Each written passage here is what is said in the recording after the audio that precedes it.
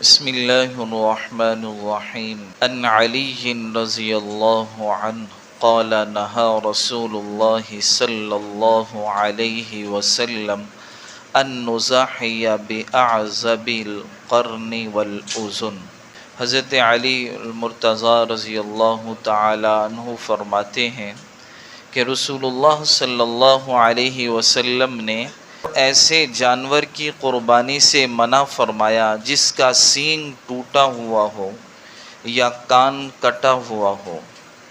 قربانی دراصل بندے کی طرف سے اللہ تعالیٰ کے حضور میں ایک ہدیہ ہوتی ہے، ایک نذر ہوتی ہے، اس لیے ضروری ہے کہ اپنی استعداد کی حد تک اچھے جانور کا انتخاب کیا جائے۔ یہ بات بہت غلط ہے کہ لولا، لنگڑا، اندھا، کانا، بیمار، مریل، سینگ ٹوٹا، کان کٹا جانور اللہ تعالیٰ کے حضور میں پیش کیا جائے۔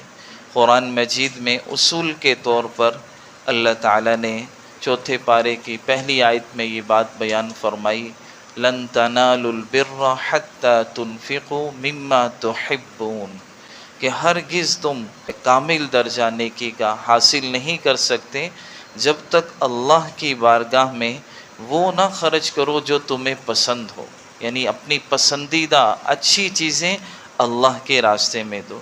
قربانی کے بارے میں رسول اللہ صلی اللہ علیہ وسلم کی ان ہدایات کی روح اور ان کا خاص مقصد یہی ہے کہ اچھا جانور اللہ کی بارگاہ میں پیش کرنا چاہیے۔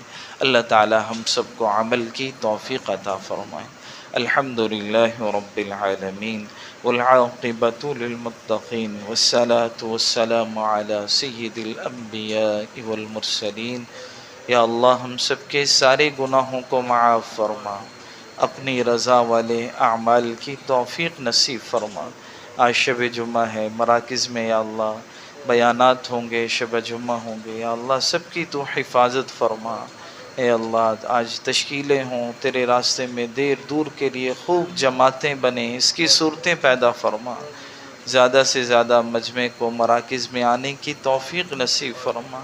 سارے عالم کے سارے انسانوں کو یا اللہ ہدایت نصیب فرما۔ ہماری مسجد سے کل سے سروزے کی جماعت بن رہی ہے، یا اللہ وہ جماعت مکمل ہو جائے، اس کی صورتیں پیدا فرما۔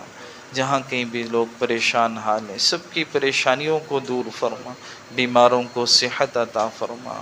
وصلی اللہ تعالی علی خیر خلقہ محمد وعلی آلہ واصحابہ اجمعین برحمتک یا ارحم الراحمین۔